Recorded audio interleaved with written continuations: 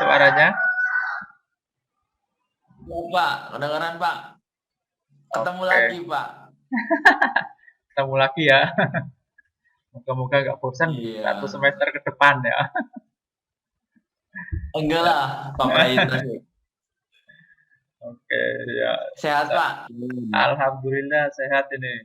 Pokoknya walaupun hujan, Iya. tetap harus aktivitas. Nanti kalau hujan nggak aktivitas malah kedinginan. Ya, ini kita ketemu hari Jumat lagi, hari Jumat terus pokoknya. Nah, ayo saya buka Iya dulu Pak. ya. Ya, Assalamualaikum warahmatullahi wabarakatuh. Waalaikumsalam warahmatullahi wabarakatuh. Waalaikumsalam warahmatullahi wabarakatuh. Ya, bagaimana kabar Anda semuanya ini? Adakah yang merasa kurang sehat? Kedinginan, Pak. Aduh, itu curhatan apa musim Indonesia yang Hujan terus sekarang. Pak. Hujan terus Pak. Iya, ya sama ya saya apa namanya Semarang tadi banjir, Pak. juga jam berapa itu habis subuh sudah hujan di sini. Jadi Iya. Di mana Pak? di Batang saya. Jadi Oh, saya di Semarang. oh Semarang hujan apa belum? Apa Pak? Di Semarang hujan?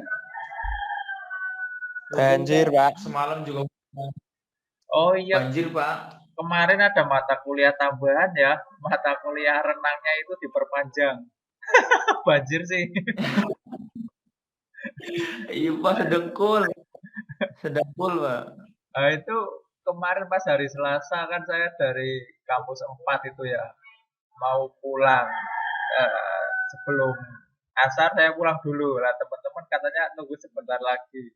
Hujan deras, banjir sampai pulangnya jam 9 malam kalau nggak salah. Malam, malam Pak, sampai malam.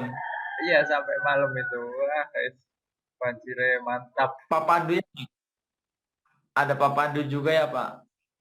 Iya pokok itu yang apa yang rencana pulangnya habis eh, asar itu rencananya pada pulang jam 5 nggak bisa. Akhirnya nyampe malam. Renang Pak. Renang, apalagi teman-teman yang bawa mobil itu ya, wah mobilnya takut kena air bagian mesinnya kan. Apalagi yang mobil baru elektrik, sudah nangis itu. Kalau mobilnya Pak Gali mending tinggi. Mobilnya Pak Gali kan apa itu tap itu ya, tinggi jadi rada aman dia mobilnya. Enak ya Pak. Iya, Banyak yang mogok Pak. Banyak yang mogok. iya kalau kena mesin mesti, apalagi kalau yang knalpotnya pendek, gasnya pas nggak Kayak dikeluarkan, kayak kena air biasa. Yang moga-moga nanti nggak banjir lah, hujannya yang kecil aja biar dingin tapi nggak banjir. pakai sampan aja Pak, perahu Pak aman. Sampan sampan bawa pancing ya. Nah, ini mata kuliah kita itu namanya statistika inferensial. Anda jangan menyingkat belakangnya saja ya. Inferen sialnya tok gitu ya. Jadi ini itu sangat penting pada saat Anda skripsi nanti. Kalau kemarin itu lebih banyak hitungan kayak SMA ya kalau statistika deskriptif. Lah, kalau yang statistika yang ini lah itu rada beda dari yang SMA karena yang apa namanya unik itu kita bisa menyimpulkan sesuatu dari hal-hal yang kita dapat dari data. Begitulah kegiatan itu di statistika ini. Ini sudah apa namanya ada ada 23 ya. Kita kelasnya itu direncanakan 30-an, tapi baru masuk 23, 23 yang lain moga-moga nanti cepat menyusul. Oke. Masih pada tidur kali, Pak. Waduh, masih pada tidur ya, semalam begadang ya. Nah, di kesempatan pertama ini kita memang pemanasan dulu. Nah, pemanasan itu kan membahas yang penting dan yang utama gitu ya. Yang penting dan yang utama adalah nilai ya. Ya, karena Anda sering bertanya kalau di awal sama di akhir saja, di tengah-tengah mesti lupa dengan proses nilai. Maka ini yang pertama saya ingatkan dulu. Jadi yang nilai itu saya selalu mengambilnya itu dari keaktifan Anda ke terus UTS sama UAS begitu. Nah, hal itu pada saat pandemi itu bisa saya dapatkan di mana? Jadi semuanya itu akan saya dapatkan di Sepada. Makanya kalau yang Sepadanya sering ditinggal, kosong, aduh saya menilainya bingung. Kadang ada yang inisiatif memasukkannya di email. Memang kemarin ada yang kesulitan dimasukkan email ya. Nah, email saya itu isinya banyak banget. Tak cari itu kadang kan nggak ketemu ya. Itu makanya daripada menghindari kesalahan seperti itu, mending Anda nanti Sepadanya tetap dibuat penuh. Jadi presensinya saya sudah mengedit idenya saya tidak membuat presensi untuk 2 jam saja. Jadi presensi saya buat pagi sampai sore. Anda boleh presensinya sekarang atau presensinya nanti siang atau nanti sore. Yang penting di hari ini, jangan besok tertutup presensinya. Itu akan saya nilai di keaktifan. Kayak ini tatap muka juga akan saya lihat aktivitasnya begitu. Biasanya kalau yang sering saya ingat itu yang kadang ikut diskusi bertanya. Biasanya kalau yang ikut diskusi bertanya, saya ingat namanya ya, saya ingat itu aktif, nggak mungkin di keaktifan itu tidak 100, mesti 100 gitu. Terus tugasnya di Sepada semua masuk di sana semua, jadi saya gampang untuk melihatnya sudah ngumpul di kelas ini. Tapi kalau di email itu saya nyari dulu sudah ketumpuk harian begitu ya. Jadi kadang kalau ketemu langsung, kalau nggak ketemu lah itu yang kadang jadi masalah. Terus ada UTS dan UAS juga nanti akan terlampir di Sepadanya. Maka Anda harus mengisi Sepada dengan penuh begitu. Nanti masalahnya bagaimana yang belum bisa masuk Sepada, ini di minggu-minggu pertama ini silahkan Anda usahakan agar bisa masuk Sepada ya. Jadi di Sepada sudah saya buat kegiatannya sehingga Anda bisa mengikuti dengan baik begitu. Sepada kita, ini saya tampilkan Sepada kita ya. Sepada.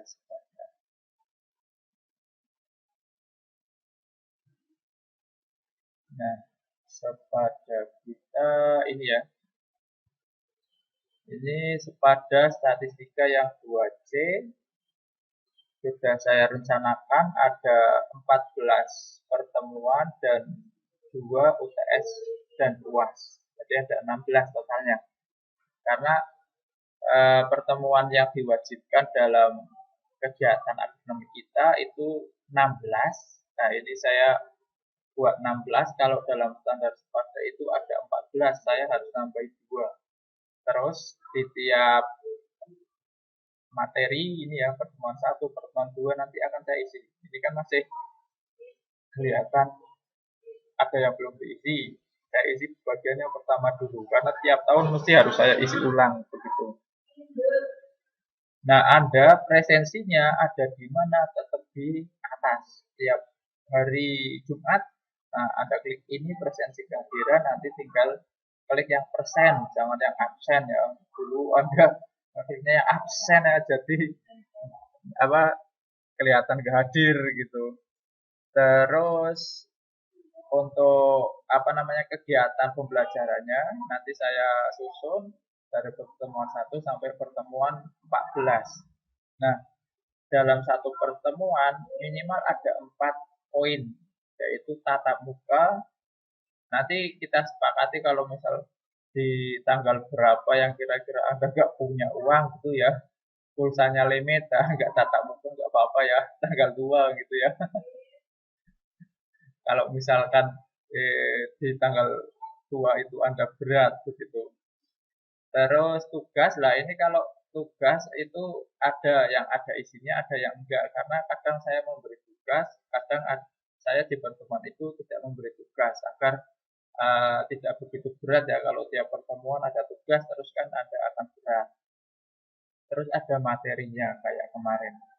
Nah, bedanya tugas yang harus Anda kumpulkan dengan yang tidak nanti akan saya tulisi. Untuk yang ada tugasnya, ada tulisan kerjakanlah soal berikut atau kerjakanlah berapa soal di sini, begitu ada tulisannya. Tapi kalau yang kosongan seperti ini, yang pertemuan 2 ini kan belum saya sesuaikan. Jadi kemungkinan di situ tugasnya kosong, tidak ada tugas gitu. Terus untuk tatap muka, kalau misalkan Anda bingung linknya di mana, Anda tinggal klik tulisan tatap muka ini. Jadi Anda klik itu otomatis nanti masuk ke Zoom. Nah, kita bisa tatap muka di Zoom itu. Anda bisa langsung pakai link tadi. Saya kan di WA sudah ngirim linknya ya. Nah, di link itu juga bisa. Jadi lebih enak mana di Anda, link yang tadi. Jadi link tadi itu harus Anda simpan selama 1 semester. Untuk setiap kita kuliah linknya itu. Wah, countingnya PJ-nya nanti nyimpan ya, nggak apa-apa ya linknya. Jadi nanti kalau ada yang tanya linknya mana, PJ-nya boleh pastel yang kemarin, yang tadi ditampilkan lagi, linknya tetap itu sampai kita selesai 14 kali pertemuan gitu. Nah, itu gambarannya ya. Ada pertanyaan apa tidak di Sepada dan bagaimana saya menilai? Jadi saya menilai dari produk Anda, tugas, presensi, UTS UAS yang ada di Sepada. Nah, kalau hal-hal khusus harus tidak di Sepada, ya tidak apa-apa ya, ada ke email, tapi resikonya di email itu, email saya isinya banyak sekali. Jadi biasanya ketumpuk macam-macam, rawan hilang. Bukan rawan hilang ya, rawan tidak ditemukan gitu. Oke, kalau ada yang ingin ditanyakan dulu sebelum saya menggambarkan statistika inferensi, silahkan. Pak, ini presensinya untuk yang belum bisa mengisi Sepada gimana, Pak? Yang belum bisa membuka Sepada. Soalnya ini ada yang belum bisa ngisi KRS, Pak. Nanti yang belum bisa ngisi, Anda ngelis bareng di WA ya. Jadi di WA 1, 2, 3 siapa saja yang tidak bisa, lah nanti akan saya sesuaikan di Sepadanya tak present. Jangan satu orang chat satu ya, nanti WA saya kan penuh lah, saya bukanya itu satu-satu repot. Tapi kalau di grup lah ada listnya, misalkan 10 orang nggak bisa lah, itu nanti saya sesuaikan begitu. Itu ya untuk yang Oke, Pak. untuk yang presensi. Terus terima kasih, Pak. Kalau bisa nanti diurus agar nanti Anda bisa mengisi ya di minggu depan Anda sudah bisa masuk di Sepadanya. Terus apalagi barangkali ada. Oh ya, ini PJ-nya siapa ya? Kelas ini.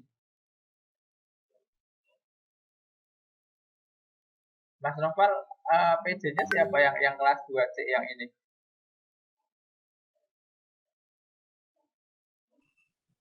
PJ-nya itu Dias, Pak. Dias yang dulu. Dias Cahyani Putri. Oh, dia yang dulu. Ya, Oke, masih oke, sama, oke. Pak. Masih sama. Oke, oke.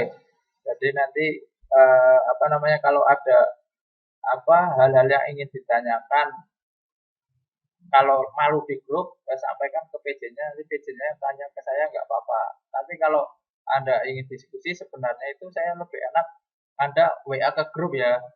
Nanti barangkali ada yang sudah tahu jawabannya, langsung langsung dijawab saja, tidak usah nunggu saya. Jadi ada diskusi.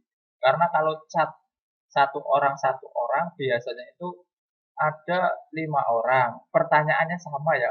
Saya jawab di satu-satu lah itu apa namanya tidak efektif. Jadi kalau di grup kan ada yang tanya, ada yang menjawab, nanti bisa lebih efektif begitu.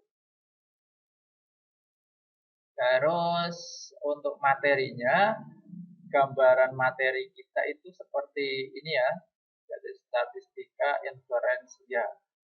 Anda mesti akan membayangkan kita akan melakukan apa selama 1 semester. Makanya apa namanya, ini akan saya gambarkan apa yang akan kita lakukan. Oh ya, tunggu setengah menit, saya ambil itu.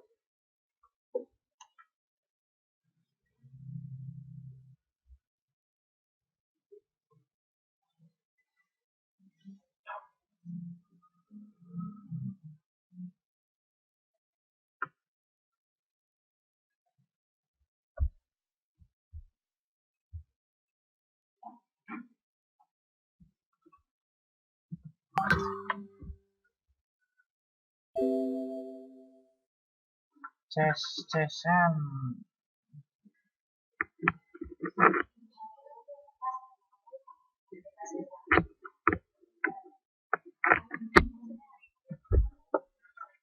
Ya, ini cesannya. Nah, sudah ya. Kehabisan stok energi. Oke, jadi akan kita gambarkan sedikit tentang mata kuliah kita. Jadi Anda nanti punya gambaran selama 1 semester itu harus bagaimana. Ya, jadi yang di sini statistika inferensial itu sebenarnya tidak boleh dipisahkan dari statistika deskriptif yang kemarin. Jadi kemarin itu pemanasannya, lah ini itu bagian yang pelengkapnya gitu. Jadi yang di sini itu kata umumnya, jadi kata umumnya itu ini ya, jadi menggeneralisasikan. Jadi Anda harus bisa menyimpulkan dari data yang sudah Anda punya. Gitu. Jadi kalau misal Anda punya data satu kelas, Anda harus bisa menyimpulkan, oh kelas ini pinter, oh kelas ini itu enggak pinter. Nah itu sebenarnya yang diinginkan dari statistik inferensi. Jadi Anda bisa menyimpulkan data yang Anda lihat atau data yang Anda dapatkan. Kalau secara buku bilangnya itu statistik yang digunakan untuk menggeneralisasikan data sampel terhadap populasi. Artinya kalau ada data 5 kelas 7 misalkan begitu ya. Anda kadang penelitiannya kan tidak 5 kelas itu semuanya. Maka Anda penelitiannya ambil sampel dari 5 kelas. Jadi 5 kelas itu kita sebut populasi. Terus Anda ambil satu kelas, misalkan kelas A gitu ya. Anda teliti, lah setelah Anda teliti, satu kelas itu bisa menggambarkan 5 kelas yang ada. Nah, itu gambaran statistik inferensi pemakaiannya.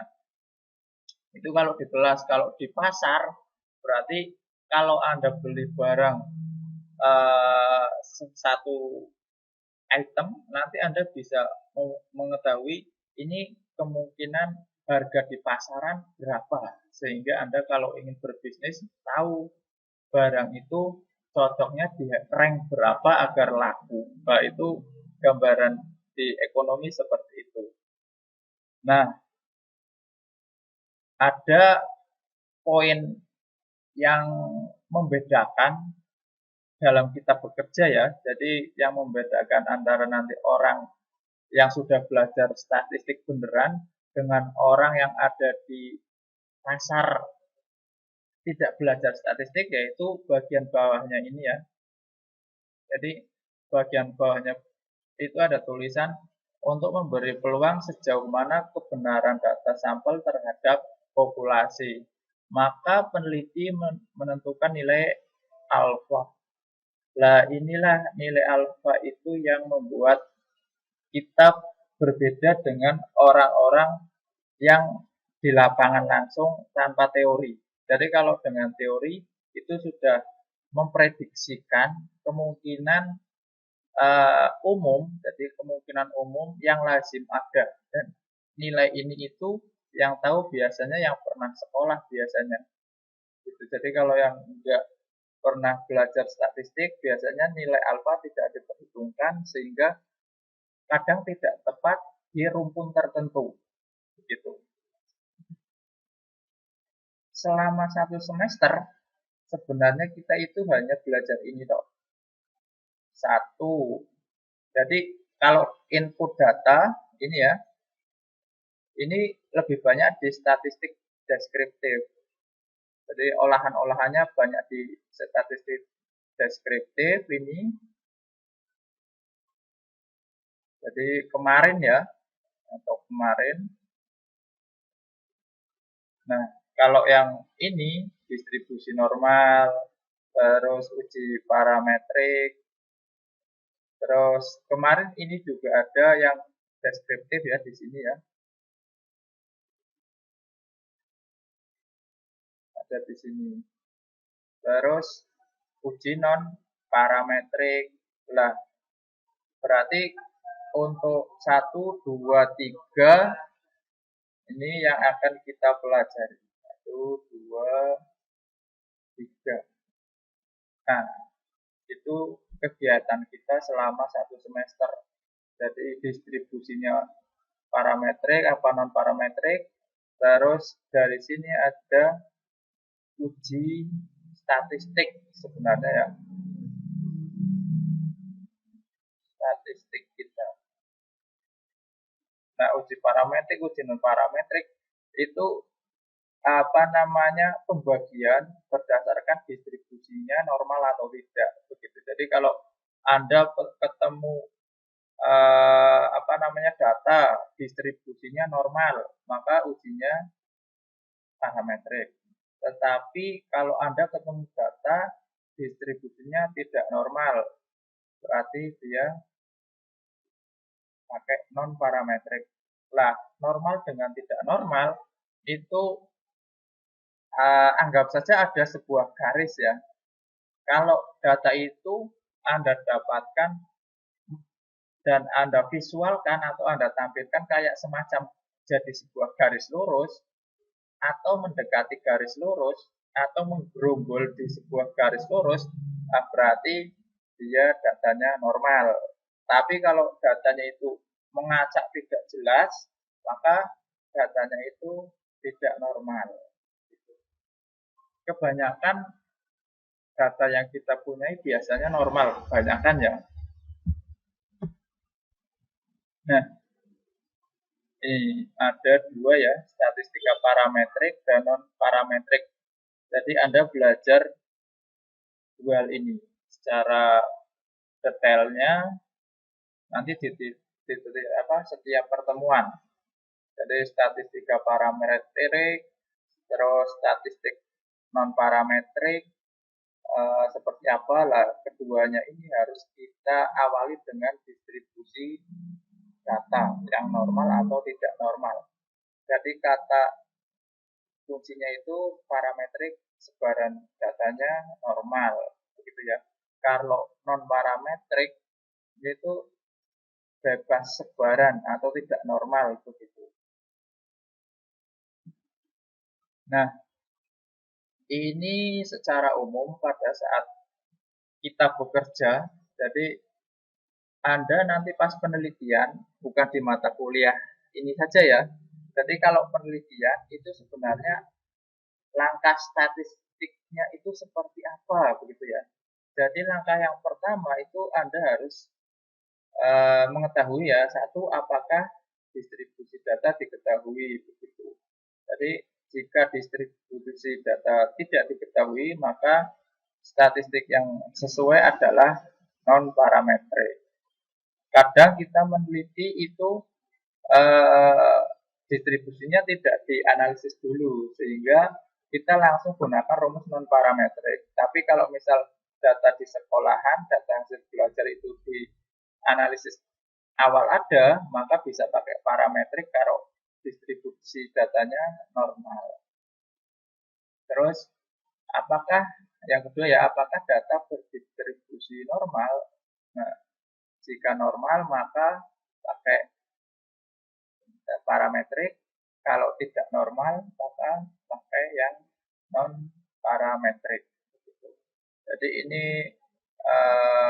pasangannya ya, tidak normal, kalau normal ini pasangannya. Terus apakah sampel ditarik secara random? Biasanya itu kita pakainya tidak random murni, tapi dengan desain kita. Jadi satu kelas ya kita ikut yang ada di sekolahan. Gitu. Jadi randomnya bukan random kayak yang di teori statistik asli itu. Walaupun ada yang bilang random acak, tapi kelasnya tetap sudah dibuat oleh sekolah. Gitu. Terus apakah varian kelompok sama? Nah ini yang jadi analisis. Variannya sama apa enggak? Maka kita akan ngitung varian. Terus bagaimana skala pengukuran datanya? Maka kita akan melakukan bagaimana pengukuran data. Nah, itu gambaran apa yang akan kita kerjakan dalam kegiatan statistika inferensial. Jadi analisis, penyimpulan. Kalau Anda bisa menyimpulkan, saya yakin ini nggak ada masalah ya. Terus apa sih yang harus kita siapkan besok-besok? Ya, besok-besok itu gambarannya ada data ya, ada data nanti kita akan lihat bersama, hitung-hitung bersama dengan rumus yang mungkin Anda akan baru lihat.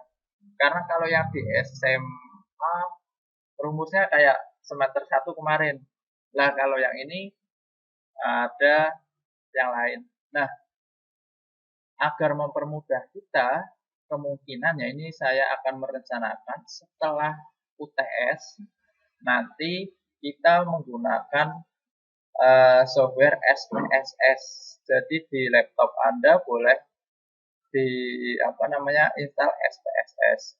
Walaupun semua yang dikerjakan SPSS itu bisa dikerjakan dengan Excel, tetapi ilustrasinya adalah jika Anda mengerjakan dengan Excel itu butuh misalkan 7 langkah, tetapi kalau dalam SPSS Anda hanya butuh 2 langkah. Jadi lebih efisien di SPSS. Hanya saja kalau kita bekerja dengan SPSS, Anda tidak tahu rumusnya, Anda tidak tahu prosesnya, tiba-tiba hasil. Hasilnya nilainya sekian, artinya oke. Nilainya sekian, artinya tidak oke.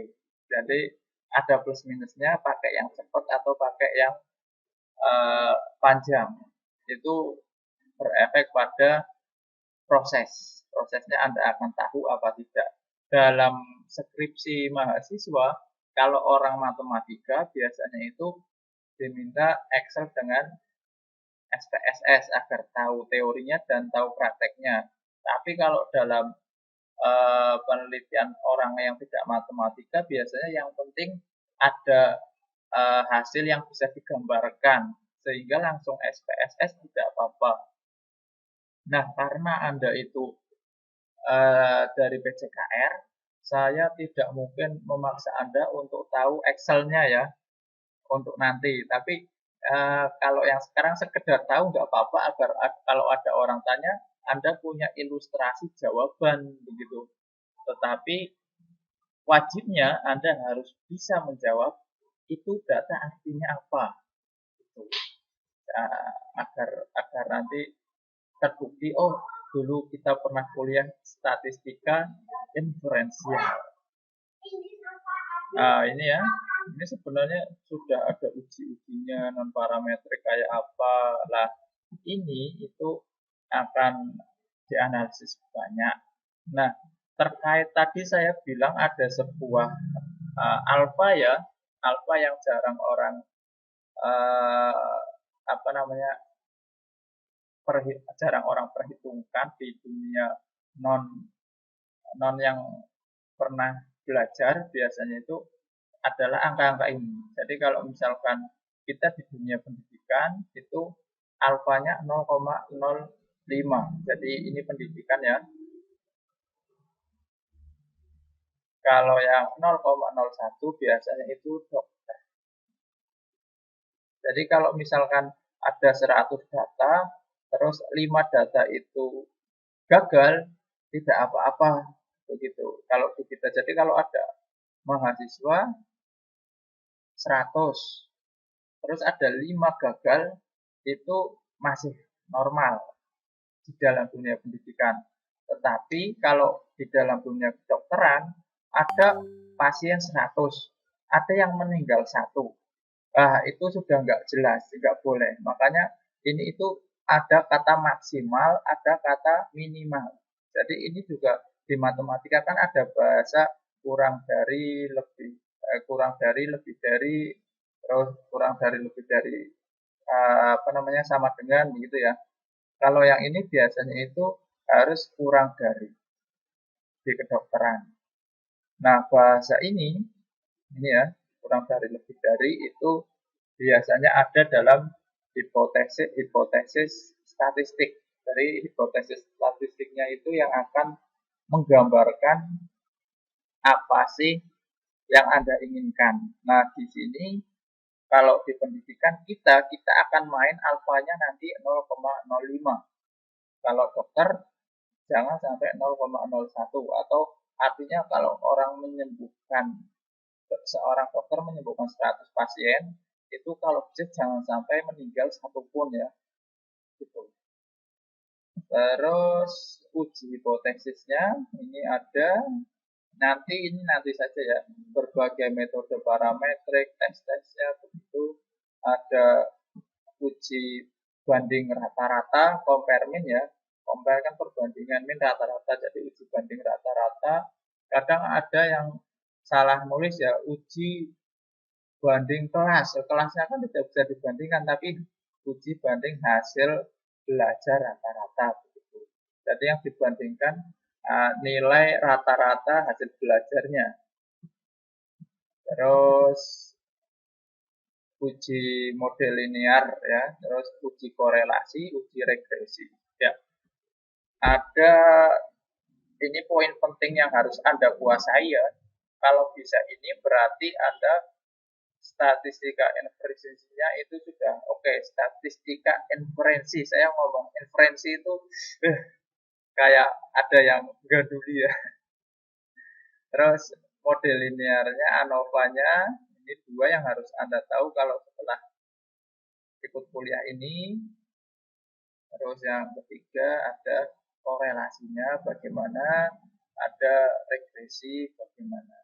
Ya, itu 4 bagian penting yang harus Anda kuasai setelah ikut kuliah ini. Kalau Anda tahu ini, itu terbukti Anda sudah paham statistika inferensial. Karena ini itu hasil akhir dari segala hal yang ada setelah Anda tahu distribusi data. Oke, gambarannya adalah seperti itu untuk statistika inferensial.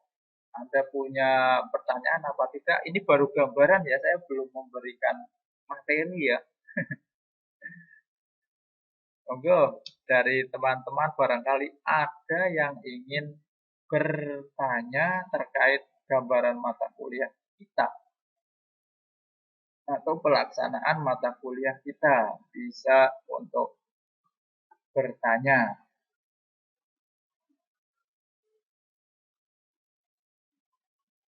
sepi. Kalau sepi ini tandanya tidak ada yang tanya ya.